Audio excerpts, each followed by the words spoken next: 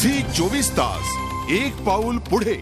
Spot fixing मध्ये क्रिकेटर्सना केवळ पैसाच पुरवला जातो असं नाही तर तरुणीही पुरवल्या जात असल्याचा दावा एका इंग्रजी वृत्तपत्राने केला।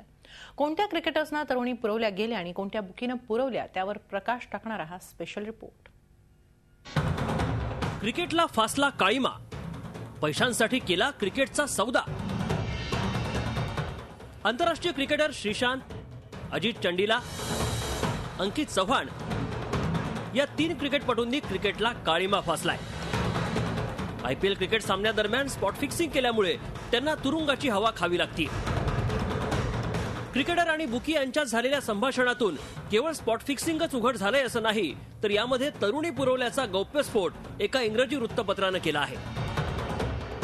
फिक्सिंग, पैसा आणि तरुणी, बुकींकडून लल्लांचा वापर, क्रिकेटपटूंना पुरवल्या तरुणी, फिक्सिंगच्या बदल्यात पैसा आणि तरुणी। केरला एक्सप्रेस श्रीशांत आणि अजित चंडीला हेच ते 2 क्रिकेटपटू आहेत ज्यांना बुकींनी तरुणी पुरवल्याचा दावा वृत्तपत्रानं केलाय। 3 वेळा त्यांनी या क्रिकेटपटूंसाठी तरुणींची व्यवस्था केली होती।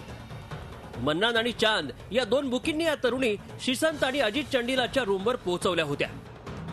क्रिकेटपटूंना फिक्सिंगच्या बदल्यात पैशांबरोबरच तरुणींशी मौजमजा करायला मिळते।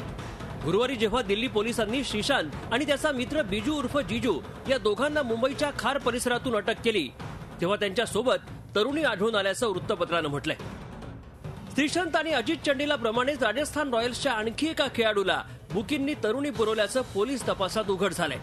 मात्र तो क्रिकेटपटू फिक्सिंगमध्ये सहभागी नसल्याचं पोलीस सूत्रांनी म्हटलंय। यावरून बुकी आणि क्रिकेटर यांच्यात कोणत्या पातळीवरचे संबंध आहेत हे उघड झालंय। ब्युरो रिपोर्ट, झी 24 तास एक पाऊल पुढे।